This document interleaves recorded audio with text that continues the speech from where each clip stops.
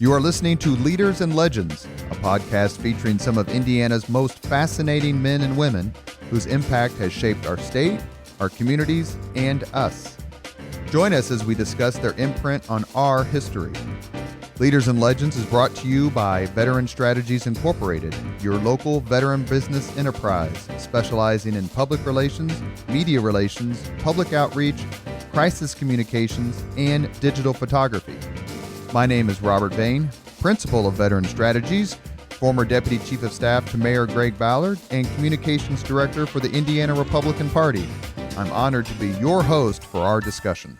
You are listening to Leaders and Legends, a podcast presented by Veteran Strategies, a local veteran public relations enterprise, and sponsored by Girl Scouts of Central Indiana, Garmond Construction, the Crown Plaza Hotel, Grand Hall, and Conference Center at Historic Union Station, the law firm of Bose, McKinney & Evans, and the Bose Public Affairs Group, the McGinley's Golden Ace Inn, and McAllister Machinery, your friendly neighborhood Caterpillar dealer.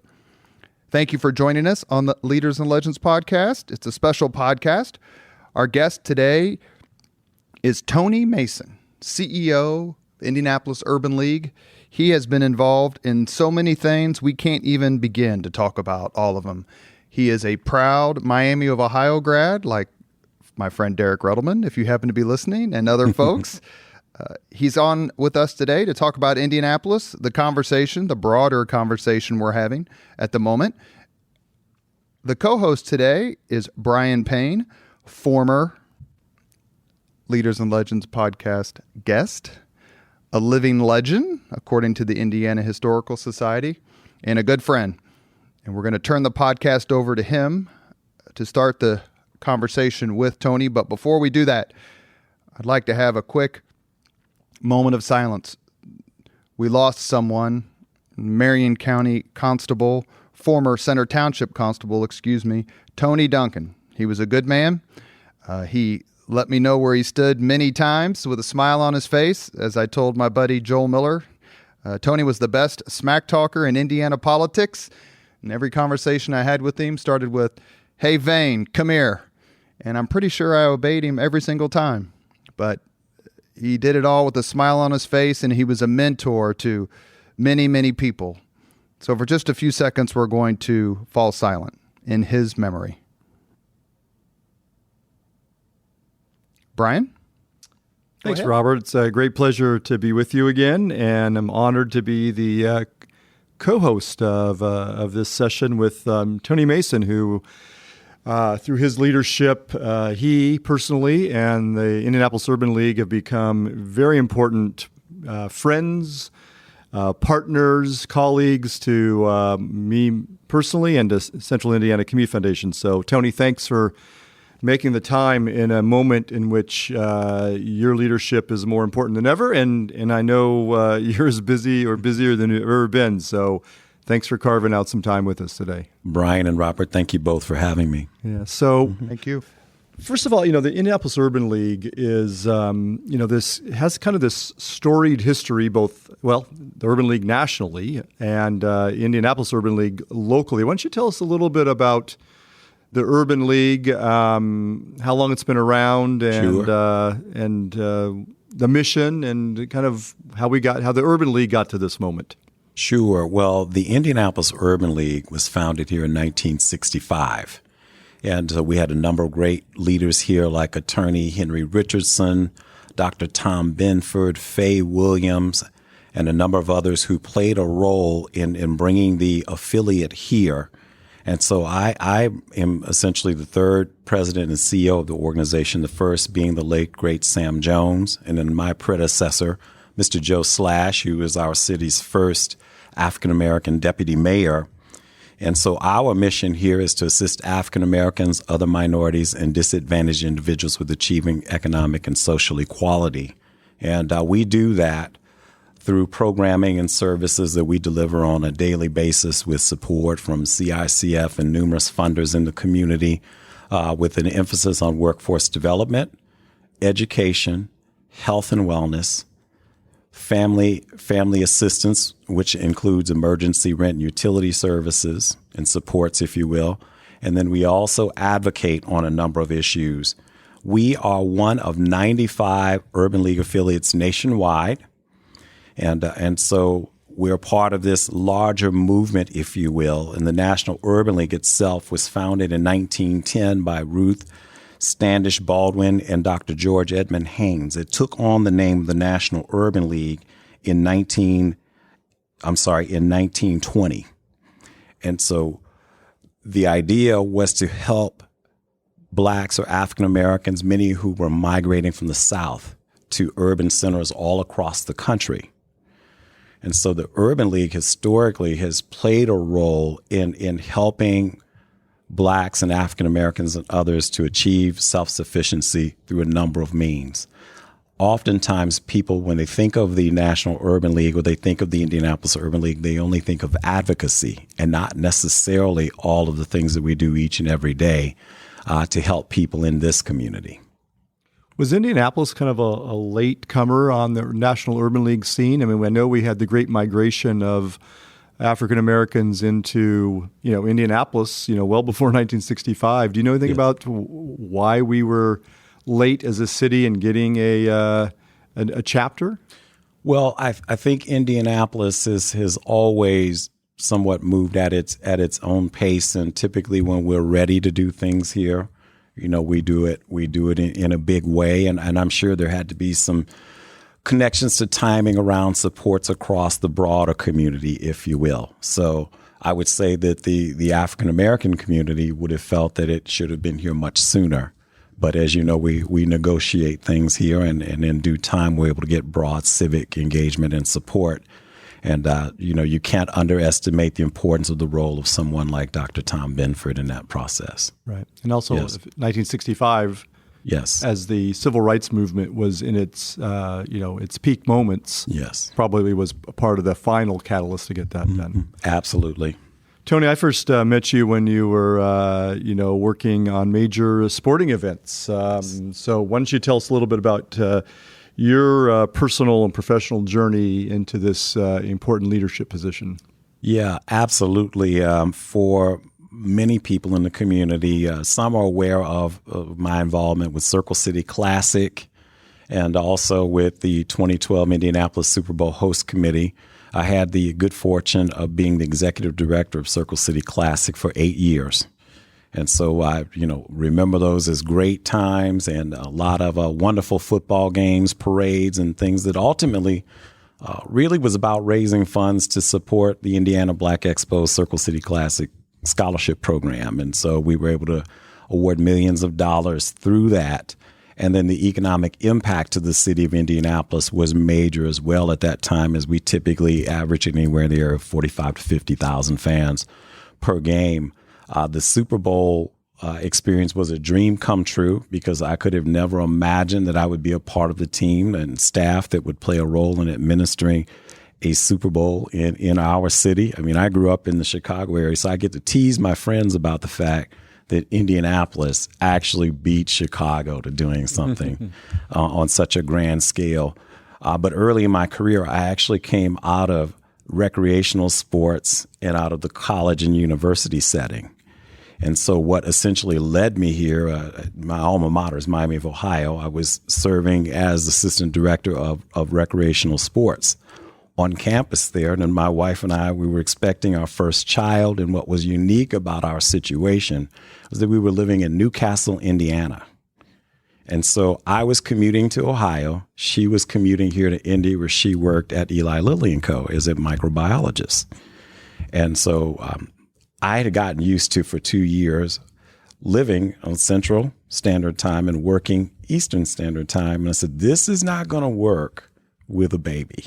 Yeah. So because I'm the one who typically can survive on 3 or 4 hours of sleep a night, not Joy. She has to have a full 7 or 8 hours. So we made the move here. I ended up with the Amateur Athletic Union, the AAU. And for many in our community, they may not remember that the AAU was located out off of West 86th Street. And I do believe it might be an Office Depot or a Staples that now sits on the property that was the national headquarters. And so I had the opportunity there to administer all of the national championships for the team sports, including boys basketball. So I presided over the championship. I got to see Jermaine O'Neal as a high school player. Wow. And I could go down the list of all of the greats that went on to play in the NBA and all of that great stuff. So that landed me here. I subsequently ended up working at Indiana Black Expo with the late Reverend Charles Williams as the Director of Family and Youth Programs, and then on to the NCAA, which when they relocated here, I had the opportunity to work with them after having administered the National Youth Sports Program in my very first job out of grad school, which was at Wichita State.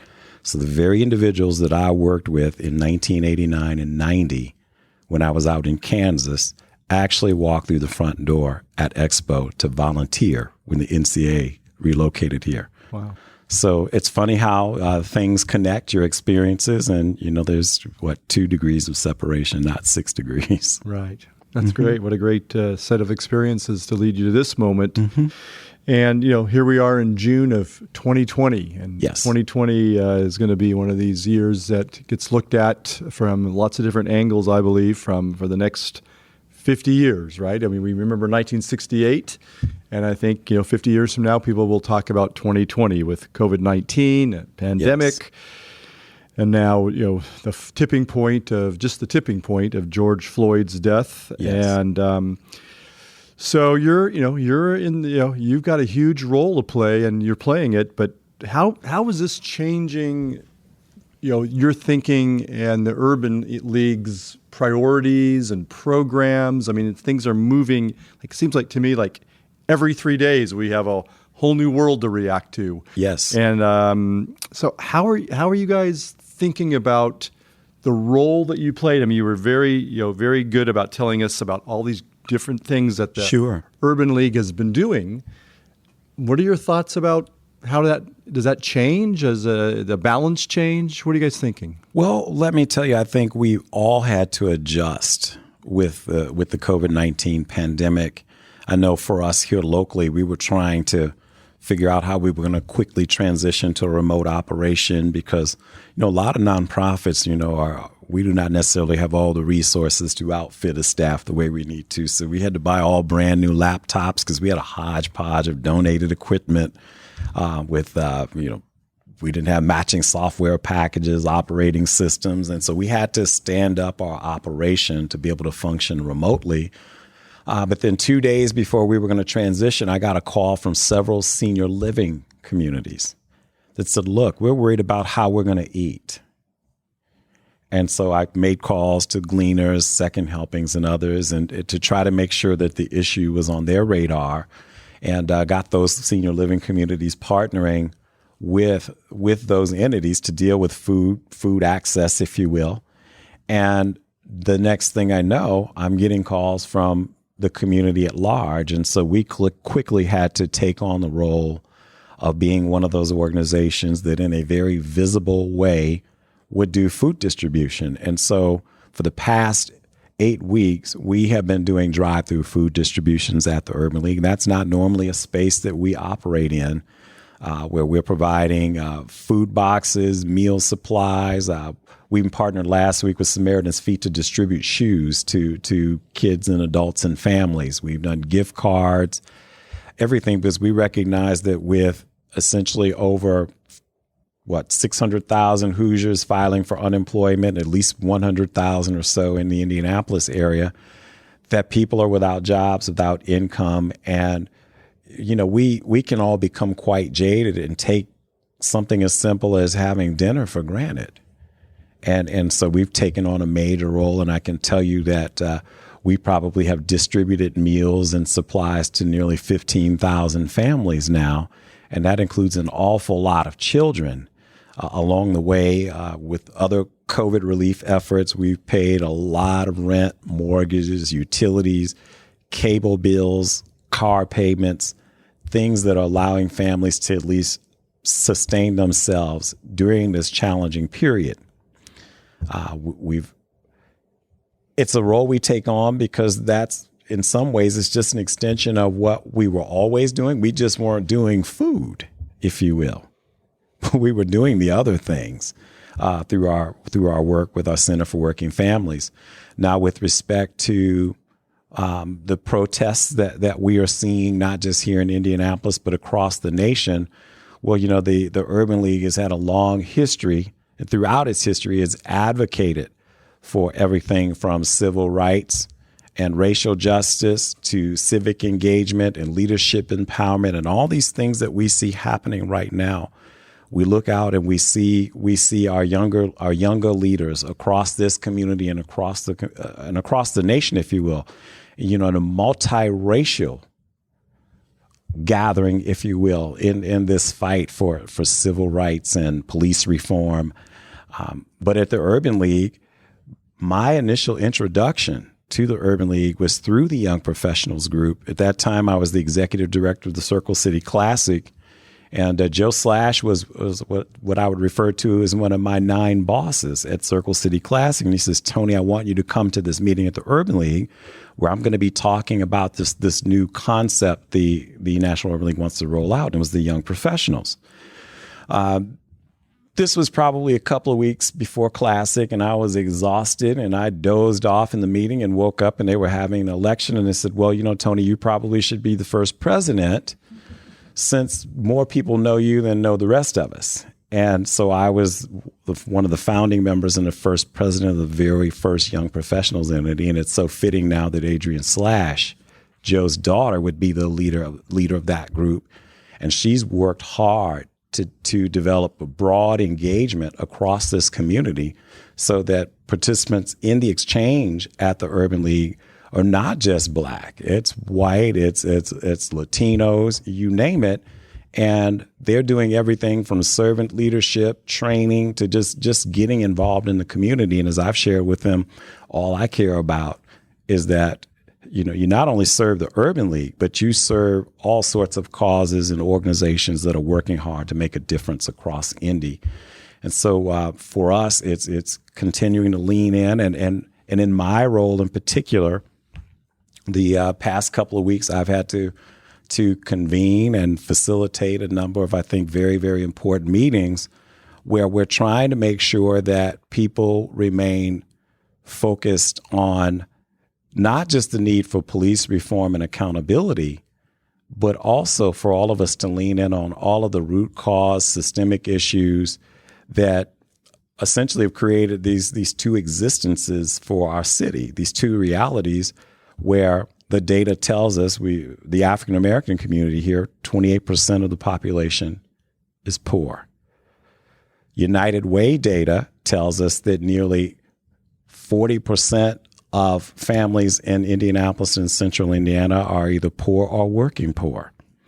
We know the Brookings Institute data tells us we got a lot of work to do around jobs with good wages and making sure that those trickle down throughout the community. And so a lot of what we see peaceful protesters, they're very diverse, and they're doing just that. They're being peaceful in protest. Now, are there individuals out there that are using this as an occasion to undermine what is a good agenda, if you will?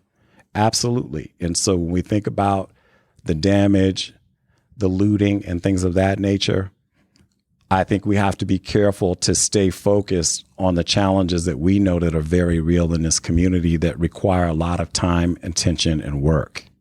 Because we have too many people in our city that are struggling. I want to kind of before I go to a kind of a broader question around, is this an opportunity in your mind for accelerated positive change? Because so I do want to go there, but yes, I do really want to focus on the young professionals. So yes, it's called the exchange. The exchange. And what is the age group of the exchange? 21 to 40. Okay, 21 to the age of 40. And we're big fans of Adrienne Slash. Oh, we are. Yes, we are. We are big. I worked with her at State Party. Her father is a pioneer, an amazing man, and yes, didn't mean to interrupt you, but we are big fans of Adrienne and the work she's trying to do. She is magnificent. Well, Joe is a mentor to me and is on our advisory committee for our race and equity work at CICF. And then Adrian is, I'm taking credit for both of them at this point. How's that? How rude is that? But I'm just throwing their names around for my own cred. We have 10 Indianapolis Foundation Fellows from our 100th anniversary in 2016. And Adrian is one of our fellows. And so she represents, it doesn't really represent us. We helped give her resources to play a huge role as an important Visit Indy board member. And as one of our young professionals that we wanted to hold up and help support on major boards around the community. So yeah, we love the Slash family for sure. Yes. So younger people are playing, as you said, playing a huge role in your organization, but also in these protests. Yes.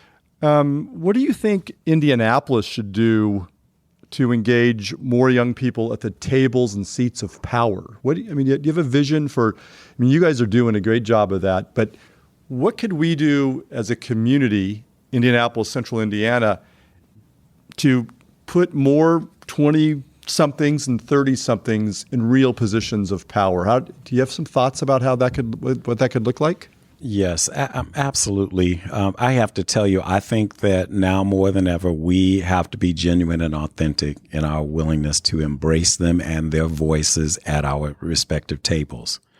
And we have to do that knowing that when they come through our doors, they're not necessarily coming through our doors to agree with everything we say or to do things as we would probably, how we would approach them, if you will.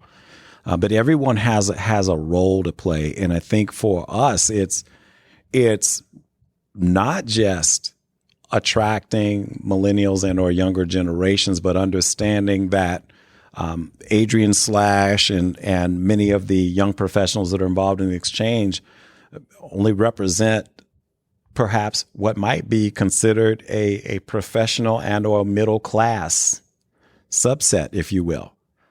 Part of what we're hearing in terms of criticism is the desire that millennials and younger leaders in the community from all walks, so not just grass tops, but grassroots, would be involved and be at the table as well. Because now more than ever, they've got a story to tell as well. And much of the anger and frustration that we see rooted in what is transpiring here and in cities all across America is the fact that, we do have this underclass, if you will. We've got neighborhoods, we've got situations that have been void of investment for years. And while we're in a lot of rooms talking about inclusive economics and all of the things that need to happen, they very much now need to be a part of those discussions so that we really, truly understand. So interestingly enough, over the past 2 weeks, and in particular last week, I have been a part of trying to make sure that other young leaders in this community, such as D. Ross, with the D. Ross Foundation, James Wilson with Circle Up Indy, representatives from Indy 10, Black Lives Matters, and others are part of discussions with the Race and Cultural Relations Leadership Network. And then there are going to be some this week with corporate leaders as well as representatives and individuals that are associated with the United Way of Central Indiana. Because again, we all have good intentions, but imagine if you were never at the table for any of these conversations or discussions. And so you imagine how that lands. And what I'm learning through this process is that we have some amazing young leaders that have never really had the opportunity to be at the table. And they may have the idea or the solution that may make sense in many cases. And sometimes it may not be what we think it is.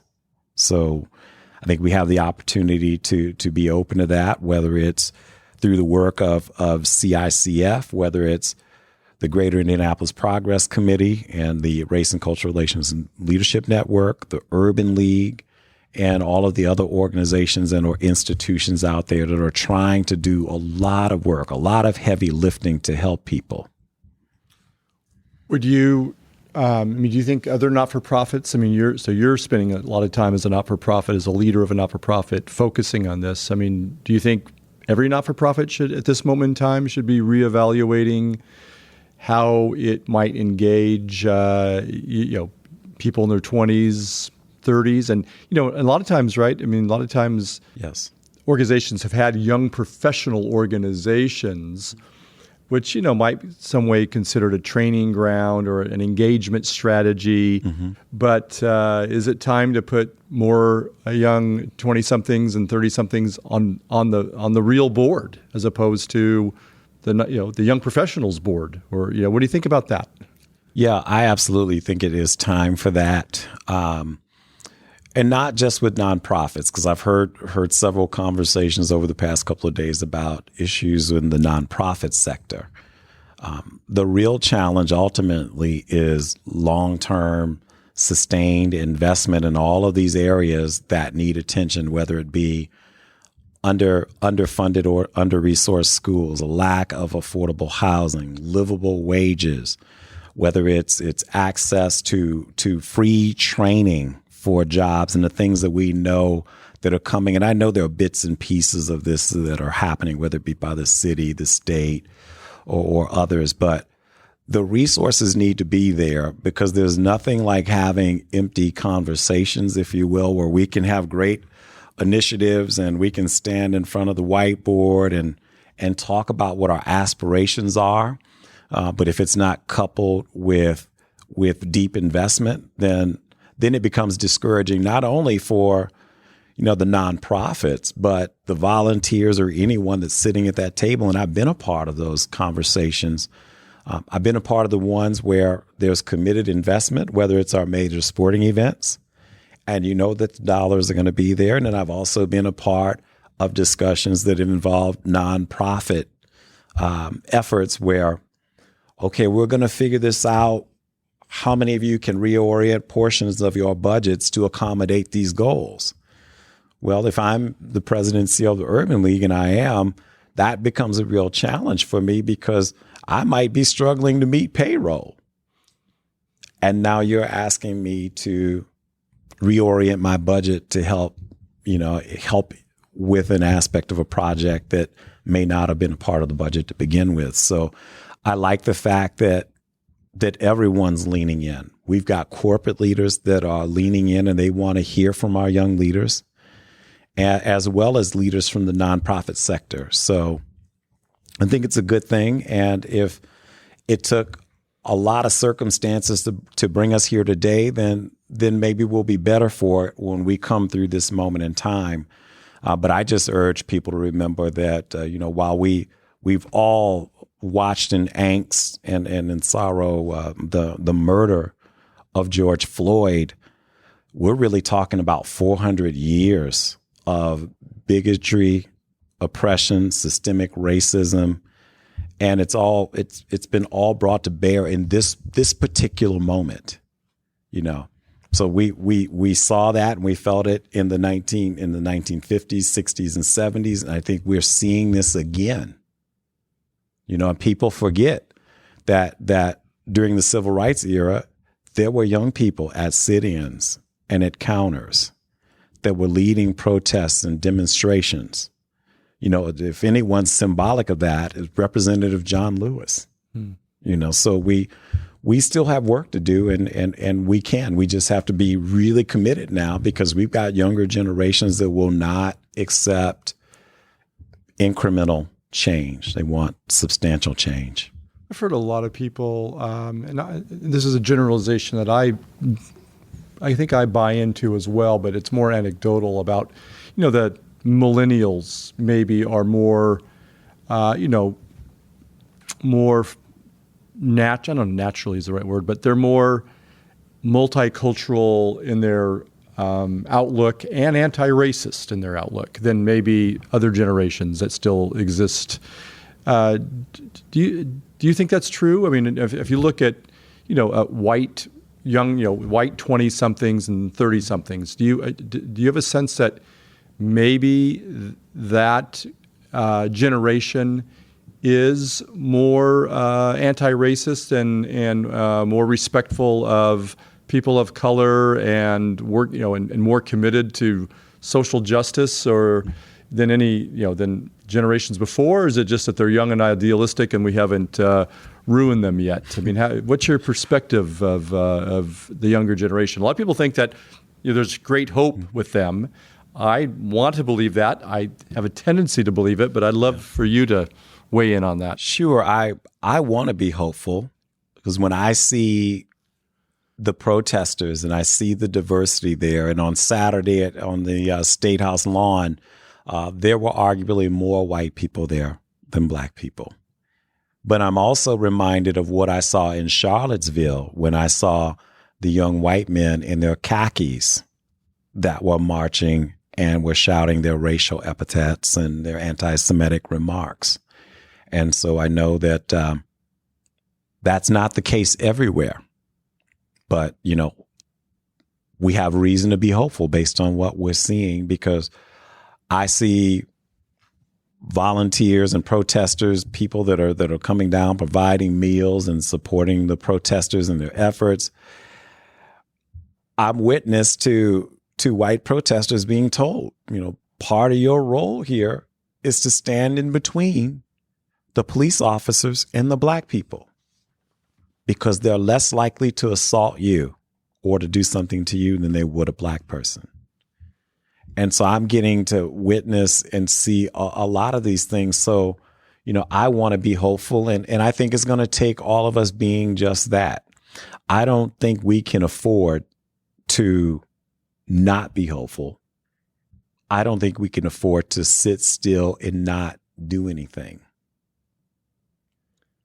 You are listening to Leaders and Legends, a podcast presented by Veteran Strategies, a local veteran public relations enterprise, and sponsored by Girl Scouts of Central Indiana, Garmond Construction, the Crown Plaza Hotel, Grand Hall, and Conference Center at Historic Union Station, the law firm of Bose, McKinney, and Evans, and the Bose Public Affairs Group, the McGinley's Golden Ace Inn, and McAllister Machinery, your friendly neighborhood Caterpillar dealer.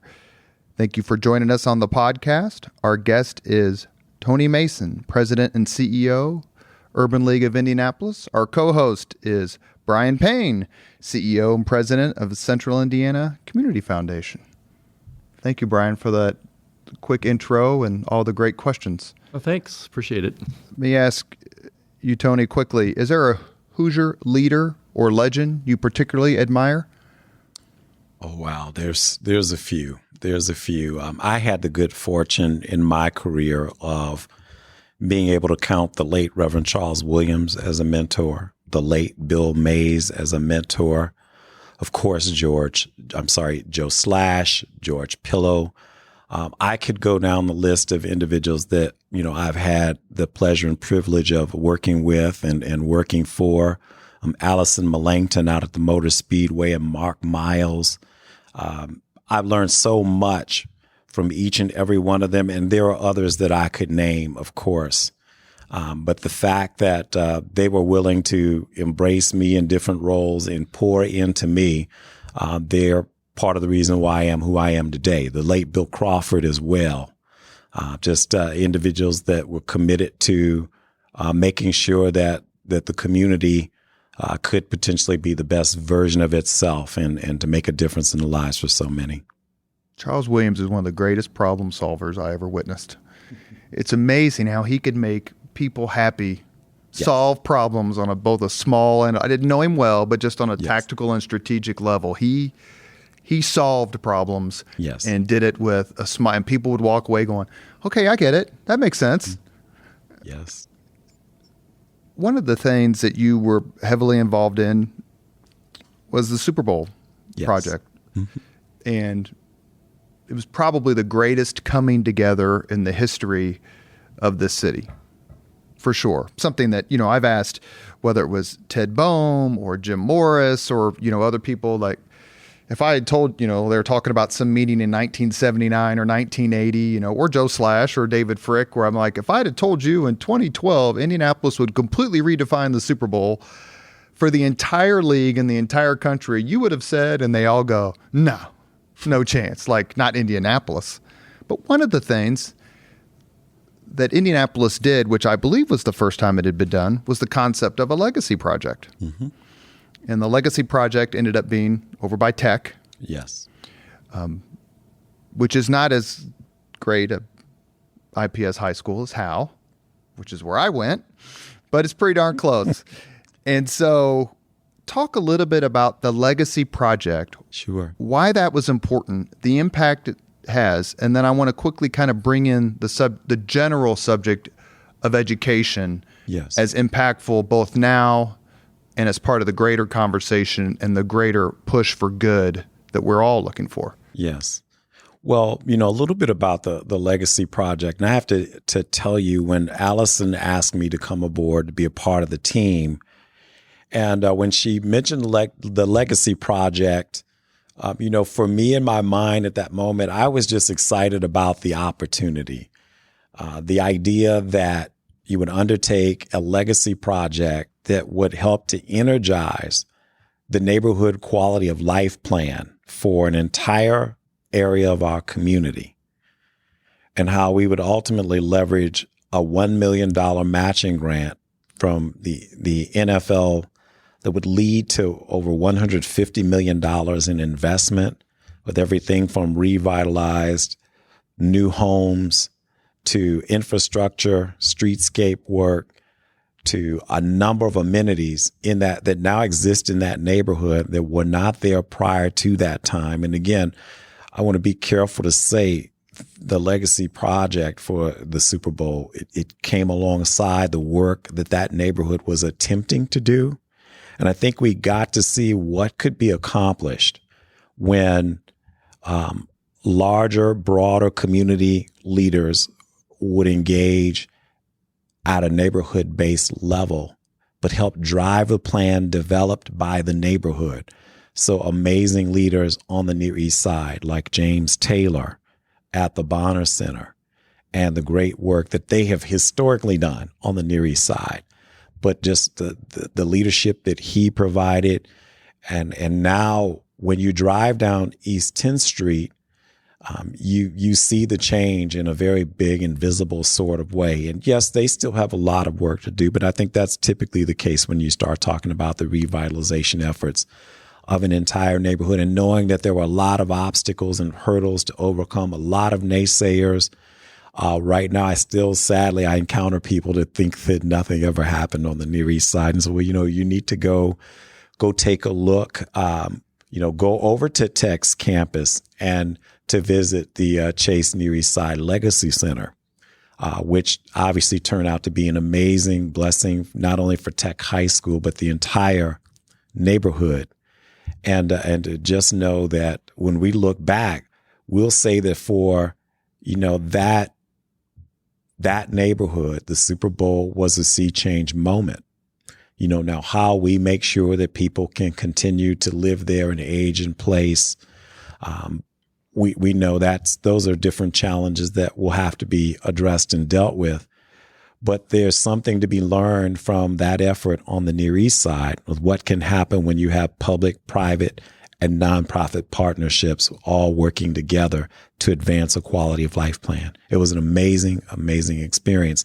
And I learned a lot from that experience that somewhat helped me in this role, and then developing the relationships with the James Taylors and others who run community centers, which a lot of the work that we do somewhat mirrors what they do as well, beyond our advocacy work. Shepherd Community Center is another one. In the old Sahara Grotto. Mm-hmm. We went to a wedding or two there in the 70s, but what's happening at the Shepherd Community Center right off East Washington Street is just terrific. Yeah. Part of your career, your personal history, just from, I'm lucky enough to have known you for several years now. Yes. And then reading through your biography, you have 2 college degrees. How many does your wife have? She has 2. Microbiology? Yes, microbiology from Miami of Ohio, and then pharmaceutical sciences from Butler University. She's also a black belt in Six Sigma black belt. She's really smart. Well, I was just getting ready to say, actually, the whole point of that was to lead up to the fact that you probably don't win any arguments at home. No, I don't win any at home. I don't. But clearly, education has made a difference in your life. Yes. As it has with mine and with everybody who pursues that. Yes. And a lot of us do it, quite frankly, because we don't have any other way. Yes. This is my chance. Mm-hmm. For me personally, my only chance growing up on the East Side was join the military, afford college, get some degrees, and work your tail off and be loyal, and hopefully good things will happen. Yes. You have done so much for education in this city, not just the Urban League. Mm-hmm. Tony Mason has. When you look at something like the Circle Center Classic, do you think it gets shortchanged because there's a lot of focus on the game, but not enough focus on the legacy of the Classic itself? Talk a little bit about the educational legacy of the Circle Center Classic effort. Mm-hmm. So with Circle City Classic, people have to go back, I guess, in time to remember that the late Reverend Charles Williams was the visionary founder of that effort. But a key part of the partnership that existed in the community involved a partnership with the Indianapolis Black Alumni Council. And so each year, IBAC hosts its annual Black College Fair. And historically, what has transpired is nearly 60 to 70 historical Black colleges and universities, HBCUs, would attend. And on that evening, typically Thursday evening before Circle City Classic, they would have representatives on hand. And I cannot recall a year during my tenure where less than $2 million in scholarships were awarded on that evening. So imagine a student coming to something that arguably maybe their parents dragged them to it. And make sure you've got your transcripts with you. And here's an admissions director telling you on the spot, you're admitted, we're going to give you a full scholarship for 4 years. Imagine what that meant for so many young people in this community, some whom are probably community leaders right now because of that experience. And so you're talking about millions of dollars alone through the Indianapolis Black Alumni Council. You're also talking about the dollars that then from Classic went into Indiana Black Expo and Circle City Classic to award not only to students in Indianapolis, but as you know, Indiana Black Expo has 12 or 13 chapter cities across the state. So those resources were also reaching students all across the state of Indiana, making it possible for them to go to colleges. And so while the game certainly got its lion's share of the attention in most years, we know that ultimately it was, as you like to say, a party with a purpose. Mm.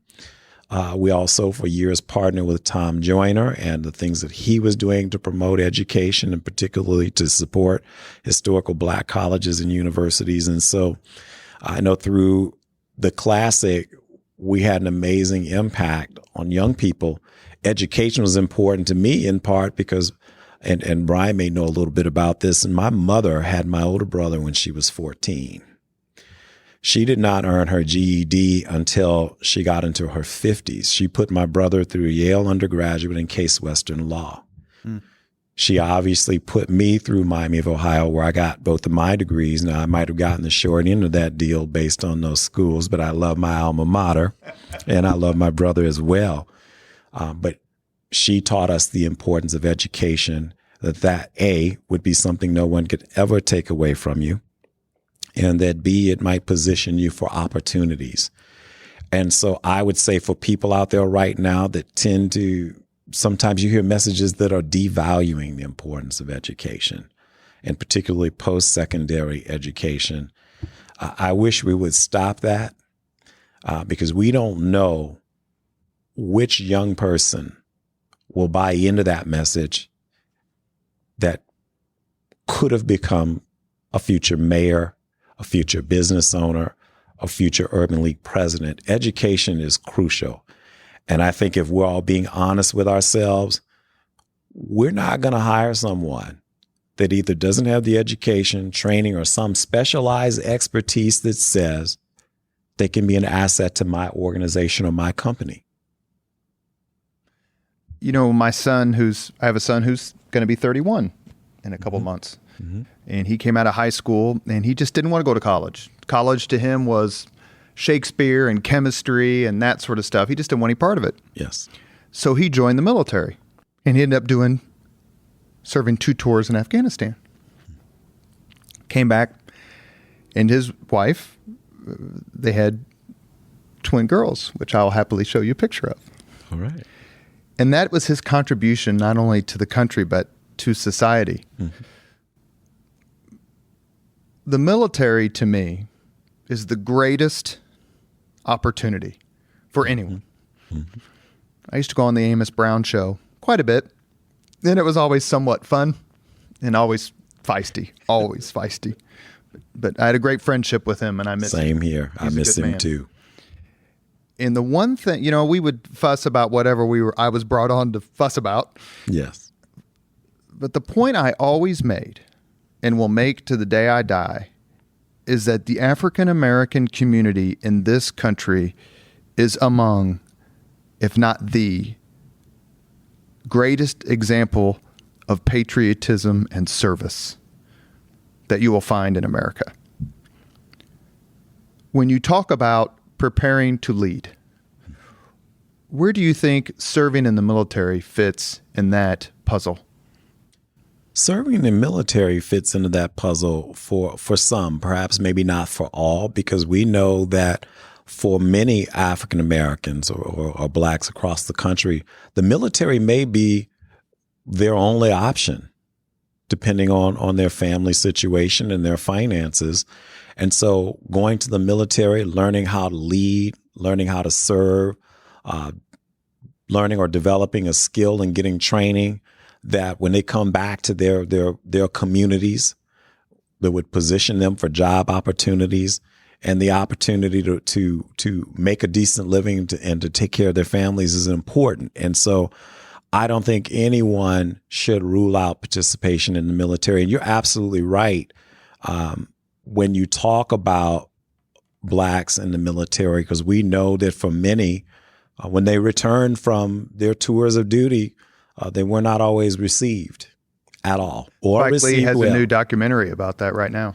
And yet many of them entered the military knowing that when they came back, things might not be different here in America. And so that takes an awful lot of commitment.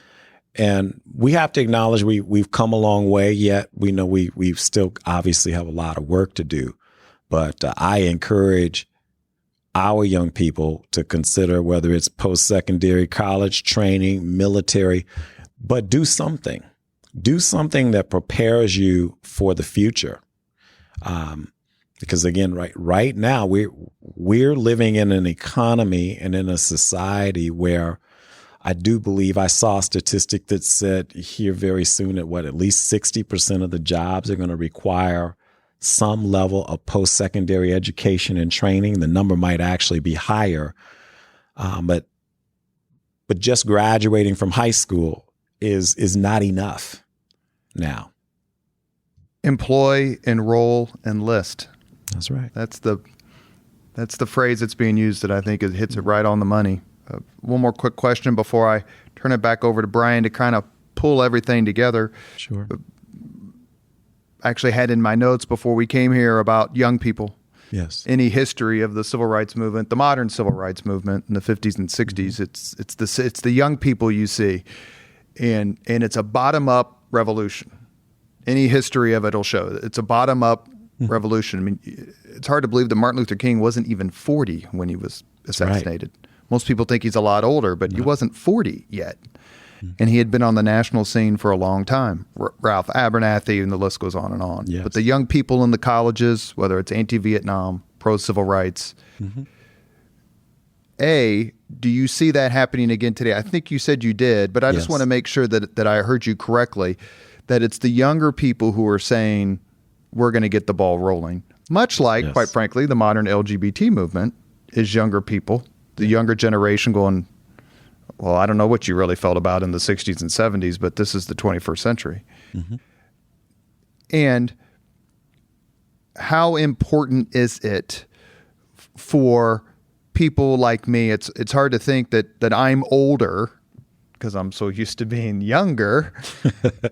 But for people who grew up a little bit earlier, to allow those young people to have their say. Mm-hmm. Well, it's crucial that we allow them to have their say, just as the three of us that are participating in this interview, at some point in time, someone allowed us to be at the table and to have our say. You're right. It is a bottom-up driven revolution, if you will, that we see happening before our very eyes. And we have to be cognizant of the fact that when we talk about, or we reflect on the civil rights era, if you will, and we talk about the incremental gains and the progress. Well, if you are a young person who all you've known is poverty and struggle, maybe you have had to deal with family members being incarcerated. Maybe you have had negative encounters with law enforcement. Talking to them about incremental gains and progress from the civil rights era falls on deaf ears. They can't relate or connect to that. All they know is their existence today. And so that's why it's so important that we hear them, we allow them a seat at the table, and we also play a part in sharing important lessons as well, because I'm a father of two young African-American men. I have a 25-year-old son and I have a 22-year-old son. Our 25-year-old is really leaning into this because for him, this is his civil rights moment. We talk a lot. He's good about studying. So he knows that there's so much he didn't learn in school that wasn't taught to him in his history classes. And so with that comes frustration, maybe even anger at times. I didn't know this. Why were we not taught this? So yeah, we gotta embrace them. We gotta embrace their energy. We gotta try to understand their approach, just as we hope that they will try to understand and embrace us as we try to share what the possibilities are, and that we can perhaps give them hope, because a lot of what we see right now is hopelessness that has transitioned to outrage. So we're in a moment where there's a lot of white people in power. Yes. Who seemingly now is the moment that they're like, oh, I get it. Oh, I have a deeper understanding about what the Black experience has been. I'm sorry that I didn't know it before. Yes. But I'm getting it now. Mm-hmm. In all walks of our leadership profession, from sports to corporations to government to not-for-profit and philanthropy, there's a lot of moment right now. We're in a moment of, the light bulb has finally gone on in the heads and hearts of white people in power. Yes. How hopeful are you that is not just a momentary enlightenment, and that can be leveraged for real progress and real change? Are you feeling hopeful in this moment? Yeah, I am cautiously hopeful because of conversations that I've been in the past week and a half. I don't think we can afford to not lean in, be honest, be genuine, and attempt to. We've got to address the ills that face our community, the challenges that struggling Black families, struggling families of color are dealing with. We have to deal with police reform and accountability. If we do not, I think people lose sight of history as things transition. We think about Ferguson. Most people, when they look back on that, they protested for about a week and then it was no longer on the news. That's not the case. They protested for over a year, whether it was big or small, might not have gotten media coverage. our young people are, and they've raised their voices loud enough for us to understand that they're serious about the need for major change and major change right now. And it's a fair position for them to have because, again, we have all of the data. We have all of the statistics. We don't need another study to know that our schools are struggling, that people are poor, people don't make livable wages. We know this. So now it's about what are we really committed to doing? And so for corporate heads, it's, commit to livable wages, commit to looking at how you deal with your hiring practices, and who gets promotions and things of that nature. Commit to doing better with your supply chain and how you engage minority and women-owned businesses. There are a lot of things that we already know what we need to do. We just have to be committed to doing them. And I think an important part of this is very much with the work that you're doing, Brian, with CICF and the mission change and focus. It's okay for white people to lean in and do the work. It's not just cut Tony Mason or cut a grassroots organization a check. No, lean in and see the work through its fruition.